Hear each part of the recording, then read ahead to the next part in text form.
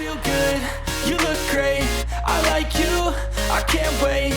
A first time, a first date, you're so fine, I'm so late. You sip wine, I drink straight, don't waste time to my place. I feel my heart erase, so catch me if I fall.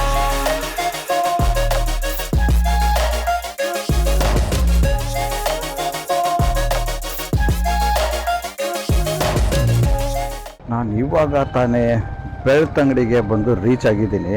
ಬಿಸಿಲಿನ ಜೋರು ಬಿಸಿ ಜೊತೆಗೆ ಇಲ್ಲಿ ಟ್ರಾಫಿಕ್ನ ಬಿಸಿ ಕೂಡ ಸಾಕತ್ತಾಗಿಯೇ ತಡ್ತಾ ಇದೆ ಅಂತ ಹೇಳ್ಬೋದು.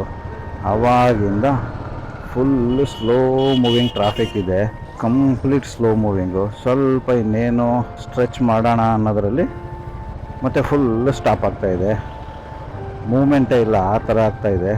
ಬಿಸಿಲು ಬೇರೆ ಸಿಕ್ಕಾಪಡೆ ಉಂಟು, ಅದರಲ್ಲಿ ಬೇರೆ ರೈಡಿಂಗ್ ಜಾಕೆಟ್ ಬೇರೆ. ಓಹೋ, ಏನು ಹಂಗೆ ಏನಂತೀರ, ಕುದೀತಾ ಇದೆ ಅಂದ್ಕೊಳ್ಳಿ ಒಳಗಡೆಗೆ. ಕೊತ್ತ ಕೊತ್ತ ಕೊತ್ತ ಕೊತ್ತ ಅಂತ ಕುದೀತಾ ಉಂಟು ಒಳಗಡೆಗೆ ಬಾಡಿ ಎಲ್ಲ. ಇಲ್ಲಿ ಇನ್ನೊಂದು ಏನಂದರೆ, ಸ್ವಲ್ಪ ಈ ಭಾಗದಲ್ಲೆಲ್ಲ ಬಂದರೆ ಪ್ರೈವೇಟ್ ಬಸ್ಗಳ ಹಾವಳಿ ತುಂಬ ಉಂಟು, ಅವರಿಂದನೇ ಅರ್ಧ ರೋಡ್ ಬ್ಲಾಕ್ ಆಗಿಬಿಡುತ್ತೆ. ಅದನ್ನು ಬಿಟ್ಟರೆ ಮಿಕ್ಕಿದ್ದೇನು ಅಷ್ಟೊಂದು ಇದು ಅನಿಸಲ್ಲ.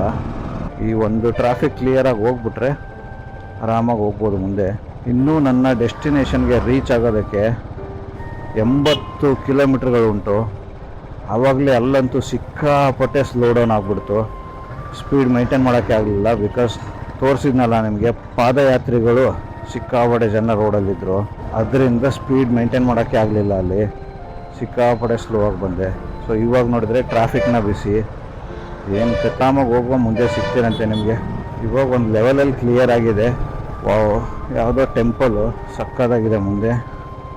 ಅಯ್ಯಪ್ಪ ಸ್ವಾಮಿ ದೇವಸ್ಥಾನ. ಸ್ವಾಮಿಯೇ ಶರಣಯ್ಯಪ್ಪ. ಬನ್ನಿ ನಮ್ಮ ಒಂದು ಜರ್ನಿನ ಮತ್ತೆ ಕಂಟಿನ್ಯೂ ಮಾಡುವ.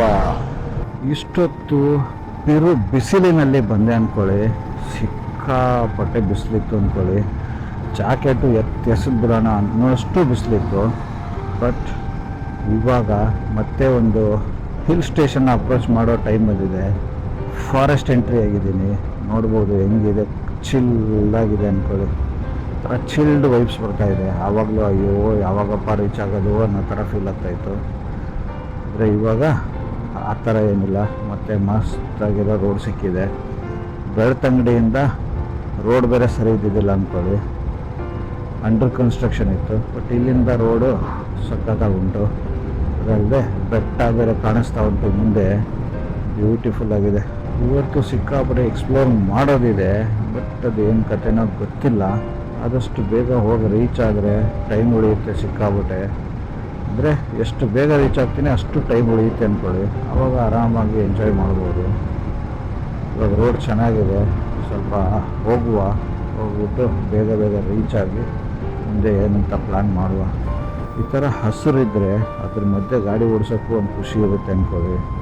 ಇಲ್ಲ ಅನ್ನೋದಾದರೆ ಒಂಥರ ಬರೀ ಬಿಸಿಲು ಅನ್ನೋದು ಇಟ್ಬಿಟ್ರೆ ಕಷ್ಟ ಆಗಿಬಿಡುತ್ತೆ. ಅಲ್ಲದೆ ಗಾಳಿ ಬೇರೆ ಸ್ವಲ್ಪ ಸಿಕ್ಕಾಪಟ್ಟೆ ಉಂಟು ಅಂದ್ಕೊಳ್ಳಿ. ಬನ್ನಿ ಕಂಟಿನ್ಯೂ ಮಾಡುವ. ನೋಡಿ ಮುಂದೆ, ವಾವ್, ಬೆಟ್ಟ ನೋಡಿ ಯಾವ ಥರ ಕಾಣಿಸ್ತಿದೆ, ಕ್ರೇಜಿ ಮಾತ್ರ. ಬನ್ನಿ ಹಾಗೆ ಕಂಟಿನ್ಯೂ ಮಾಡುವ, ಮುಂದೆ ಸಿಗ್ತೀನಂತೆ ನಿಮಗೆ. ವಾವ್, ಮುಂದೆ ನೋಡಿ ಹಿಲ್ ಸ್ಟೇಷನ್ ಸ್ಟಾರ್ಟ್ ಆಗಿದೆ ನಮಗೆ. ಕ್ರೇಜಿ. ಆದರೂ ಬಿಸಿಲು ಸಿಕ್ಕಾಪಡೆ ಅನ್ನಿಸ್ತಾ ಇದೆ ಯಾಕೋ ಇವತ್ತು. ನಾನು ಅಂದ್ಕೊಂಡೆ ಅದು ಹಿಂದೆ ಆದರೆ ಓಕೆ, ಏನೋ ಕರಾವಳಿ ಸ್ವಲ್ಪ ಹತ್ತಿರ ಇರೋದ್ರಿಂದ ಬಿಸಿಲಿದೆ ಅಂತ. ಬಟ್ ಇಲ್ಲಿ ಕೂಡ ಯಾಕೋ ತುಂಬಾ ಬಿಸಿಲು ಅನ್ನೋ ಥರ ಫೀಲ್ ಆಗ್ತಾ ಇದೆ. ಬರೀ ಬಿಸಿಲು ಅಷ್ಟೇ ಅಲ್ಲ, ಒಂಥರ ಏನೋ ಹೆಂಗೆ ಹೇಳಬೇಕು, ಸೆಕೆ ಥರ ಧಗೆ ಥರ ಫೀಲ್ ಆಗ್ತಾ ಇದೆ. ಅದ್ರ ಜೊತೆಗೆ ಗಾಳಿನೂ ಸಿಕ್ಕಾಪಡೆ ಉಂಟು ಅಂದ್ಕೊಳ್ಳಿ, ಹೆವಿ ಗಾಳಿ ಇದೆ. ಸಿಕ್ಕಾಪಡೆ ಗಾಳಿ ಕೂಡ ಉಂಟು. ನಾನು ಇವಾಗ ಒಂದು ಕಾರ್ಕಳ ದಾಟಿ ಅಜಯ್ ಕಾರು ಅನ್ನೋ ಒಂದು ಊರಲ್ಲಿದ್ದೀನಿ. ಈ ಊರಿನ ಬಗ್ಗೆ ನನಗೆ ಇನ್ನೂ ಒಂದು ನೆನಪಾಗುತ್ತೆ. ಲಾಸ್ಟ್ ಟೈಮ್ ನಾನು ಮಂಗಳೂರು ಕೋಸ್ಟಲ್ ರೈಡ್ ಮಾಡಿದಾಗ, ಅಂದರೆ ಈ ಒಂದು ಊರಲ್ಲಿ ನೈಟಲ್ಲಿ ಕೂತ್ಕೊಂಡು ಯಾವುದೋ ಒಂದು ರೆಸ್ಟೋರೆಂಟಲ್ಲಿ ಸಖತ್ತಾಗಿರ್ತಕ್ಕಂಥ ವಡಾಪಾವು ಅದೆಲ್ಲ ತಿಂದಿದ್ವಿ. ಇದೇ ಹೋಟೆಲ್ ಮಿಲ್ಲನ್ ಇಲ್ಲೇ ಇದೆ ನೋಡಿ. ಸಖತ್ತಾಗಿರ್ತಕ್ಕಂಥ ಜ್ಯೂಸ್ ಎಲ್ಲ ಇತ್ತು ಅಂದ್ಕೊಳ್ಳಿ, ಬ್ಯೂಟಿಫುಲ್ ಆಗಿತ್ತು. ಒಂಥರ ಕಾಫಿ ಮಾತ್ರ ಅಲ್ಟಿಮೇಟ್ ಆಗಿತ್ತು ಅಂದ್ಕೊಳ್ಳಿ, ಒಂಥರ ಅಲ್ಲಿ ಕುಡಿಯೋದಕ್ಕೆ. ಸಿಕ್ಕಾಬರೆ ಎಲ್ಲ ಕೂತ್ಕೊಂಡು ವಡಾಪಾವು ಮತ್ತು ಕಾಫಿ ಜ್ಯೂಸಸ್ ಎಲ್ಲ ತಿನ್ಕೊಂಡು ಕುಡ್ಕೊಂಡು ಹೋಗಿದ್ದು. ಅಲ್ಲಿಂದ ನಾವು ಕುಂದಾಪುರ್ಗೆ ಹೋಗಿದ್ದು. ಸೊ ಹಂಗಾಗಿ ಊರು ಎಲ್ಲೋ ನೋಡಿದ್ದೀನಲ್ಲ ಅಂತ ಫೀಲ್ ಆಗ್ತಾಯಿತ್ತು. ಅಜಯ್ ಕಾರು, ಹೋಟೆಲ್ ಮಿಲನ್, ನೀವು ಒಂದು ಸರ್ತಿ ಟ್ರೈ ಮಾಡಿ, ಸಕ್ಕತ್ತಾಗಿದೆ ಒಂಥರ ಹೋಟ್ಲು. ನೋಡಿ ಸ್ನೇಹಿತರೆ ರೋಡ್ ಯಾವ ಥರ ಇದೆ ಅಂತ. ಈ ಎರಡು ಕಡೆಗಳಿಂದಲೂ ಕೂಡ ಗಿಡ ಮರಗಳು ಕಂಗೊಳಿಸ್ತಾ ಇದ್ದಾವೆ. ಅದ್ರ ಮಧ್ಯೆ ಈ ರೋಡು, ಆ ನೆರಳು ಬಿದ್ದು ಶೇಡ್ಸ್ ಎಲ್ಲ ರೋಡಲ್ಲಿ ಕಾಣಿಸ್ತಾ ಇದೆ. ಬಿಸಿಲನ್ನು ಜಾಸ್ತಿ ಕಾಣಿಸ್ತಿಲ್ಲ.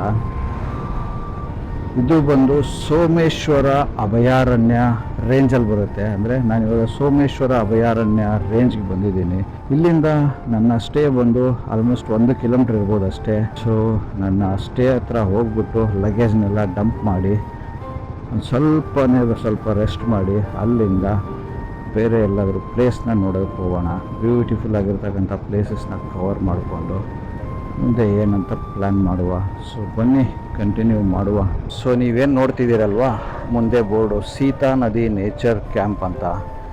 ಇದೇ ನಾನು ಒಂದು ಬುಕ್ ಮಾಡಿರ್ತಕ್ಕಂಥ ಸ್ಟೇ ಇವತ್ತಿಗೆ. ಇದು ಫಾರೆಸ್ಟ್ JLRದವ್ರದ್ದು ಬರುತ್ತೆ, ಸಖತ್ತಾಗಿರುತ್ತೆ. ಸೊ ಬನ್ನಿ ಹೋಗುವ. ಇಲ್ಲಿಂದ ಒಂದು 0.5 ಕಿಲೋಮೀಟ್ರ್ ಹೋಗಬೇಕಾಗತ್ತೆ ಒಳಗಡೆಗೆ. ಇದು ಫಾರೆಸ್ಟು. ಇದನ್ನು ನೀವೇನಾದರೂ ಬುಕ್ ಮಾಡಬೇಕಂದ್ರೆ ಫಾರೆಸ್ಟ್ ಡಿಪಾರ್ಟ್ಮೆಂಟ್ದು ವೆಬ್ಸೈಟ್ ಬರುತ್ತಲ್ಲ, JLR ಅಂದರೆ ಜಂಗಲ್ ಲಾಡ್ಜ್ ಆ್ಯಂಡ್ ರೆಸಾರ್ಟ್ಸ್ ಅಂತ, ಅವ್ರದ್ದು ಒಂದು ವೆಬ್ಸೈಟಲ್ಲಿ ಬುಕ್ ಮಾಡಬೇಕು. ನೋಡ್ಬೋದು ಯಾವ ಥರ ಕ್ರೇಜಿಯಾಗಿದೆ ರೋಡೇ ಹೋಗೋದಕ್ಕಂತ. ಸೊ ಇವತ್ತಿನ ಇದು ನನ್ನ ಸ್ಟೇ ಆಗಿರುತ್ತೆ. ಇಲ್ಲಿ ಇವತ್ತು ಸ್ಟೇ ಮಾಡಿ ಇದನ್ನು ಕಂಪ್ಲೀಟ್ ಎಕ್ಸ್ಪ್ಲೋರ್ ಮಾಡಿ ಆರಾಮಾಗಿ ಇಲ್ಲಿಂದ ಮತ್ತೆ ನಾಳೆ ಹೊರಟು ಬೇರೆ ಪ್ಲೇಸ್ಗೆ ಹೋಗುವ. ಬ್ಯೂಟಿಫುಲ್ ಆಗಿರ್ತಕ್ಕಂಥ ಪ್ಲೇಸ್ ಇದು ಮಾತ್ರ. ನಾನು ತುಂಬ ಸರ್ತಿ ಅಂದ್ಕೊಂಡೆ ಈ ಒಂದು ಪ್ಲೇಸಿಗೆ ಬರಬೇಕು, ಸ್ಟೇ ಮಾಡಬೇಕು ಅಂತ, ಬಟ್ ಆಗಲಿಲ್ಲ. ಇವಾಗ ಆ ಒಂದು ಸಮಯ ಕೈಗೂಡಿದೆ ಅಂತಲೇ ಹೇಳ್ಬೋದು. ತುಂಬ ಖುಷಿ ಆಗ್ತಾ ಉಂಟು.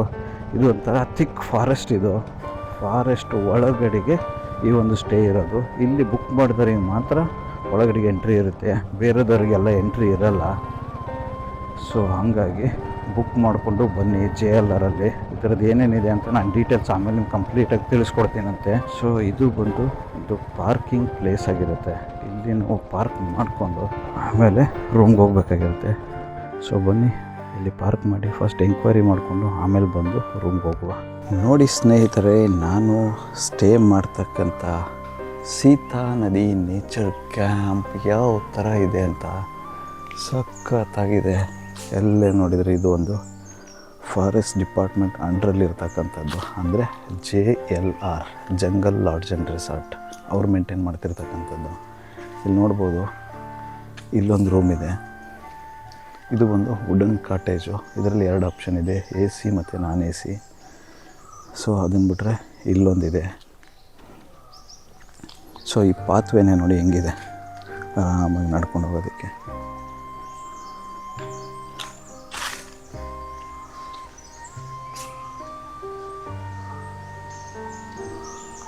ಸೊ ಇದೆಲ್ಲ ರೂಮ್ಸ್. ಇದು ಒಂದು ವುಡನ್ ಕಾಟೇಜು, ಇದು ಒಂದು ಕಾಟೇಜು. ಸೊ ಇದು ನಡ್ಕೊಂಡು ಹೋಗೋಕ್ಕೆ ದಾರಿ.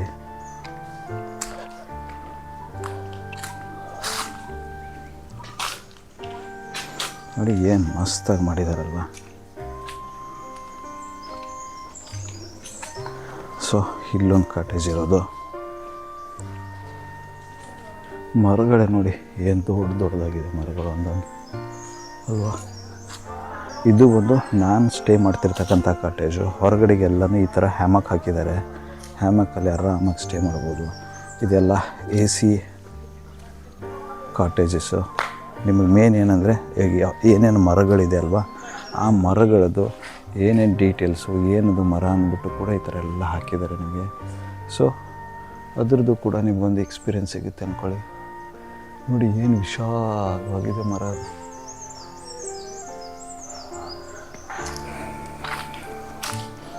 ಸೊ ಹಿಂಗೆ ಬಂದರೆ ಇದು ಬಂದು ಕಂಪ್ಲೀಟ್ ಡೈನಿಂಗ್ ಏರಿಯಾ. ಅಂದರೆ ಊಟ ಗೀಟ ಎಲ್ಲ ಮಾಡೋದಕ್ಕಂತ ಸಖತ್ತಾಗಿ ಒಂದು ಡೈನಿಂಗ್ ಏರಿಯಾ ಮಾಡಿದ್ದಾರೆ.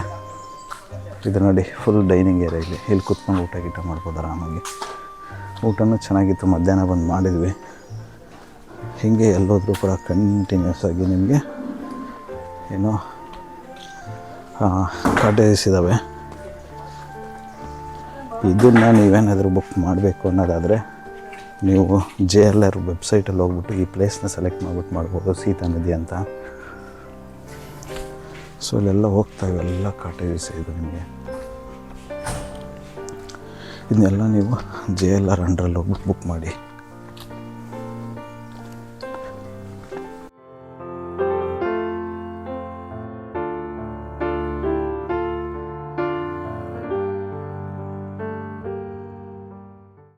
ಪ್ಲಾಸ್ಟಿಕ್ ಅವಾಯ್ಡ್ ಮಾಡಿದ್ರು ಅದನ್ನ ಒಂದೊಂದು ಮಟ್ಟಕ್ಕೆ ಕಮ್ಮಿ ಆಗ್ತಿರ್ಬೋದು. ಬಟ್ ಅದಕ್ಕೆ ನಾನು ಇವತ್ತೊಂದು ಚಿಕ್ಕದಾಗಿ ಒಂದು ಮಾತು ಹೇಳಕ್ಕೆ ಇಷ್ಟಪಡ್ತೀನಿ. ಇವತ್ತು ನಾವು ಹೀರೋಗಳ ಥರ ಹೋಗಿ ಪ್ಲಾಸ್ಟಿಕ್ನ ಕ್ಲಿಯರ್ ಮಾಡಿದ್ವಿ, ಓಕೆ? ಅದೇ ರೀತಿ ನಾವೆಲ್ಲರೂ ಹೀರೋಗಳಾಗೋಣ. ನಮ್ಮ ಕೈಯಲ್ಲಿ ಎಷ್ಟಾಗುತ್ತೆ ಅಷ್ಟು ಕಡಿಮೆ ಪ್ಲಾಸ್ಟಿಕ್ನ ಬಳಕೆ ಮಾಡೋಣ. ಪ್ಲಾಸ್ಟಿಕ್ನ ಬಿಸಾಕ್ಬೇಕಾದ್ರೆ ಅದರದ್ದು ಡೆಸಿಗ್ನೇಟೆಡ್ ಜಾಗ ಯಾವ್ದಿರುತ್ತೆ ಅಲ್ಲಿಗೆ ತಗೊಂಡೋಗಿ ಸಿಗಬೇಕು. ಆದಷ್ಟು ಬಾಟಲ್ಗಳು ಮತ್ತೊಂದನ್ನ ರೀಸೈಕಲ್ ಮಾಡೋಣ. ಸೊ ಹಾಗಾಗಿ ಆದಷ್ಟು ಕಡಿಮೆ ಪ್ಲಾಸ್ಟಿಕ್ನ ಬಳಸಬೇಕು. ನಮ್ಮ ಭೂಮಿಯಲ್ಲಿ ಇರುವಂತಹ ಪ್ಲಾಸ್ಟಿಕ್ನ ಎಷ್ಟು ಬೇಗ ಎರಾಡಿಕೇಟ್ ಮಾಡ್ತೀವಿ ಅಷ್ಟು ಒಳ್ಳೆಯದು.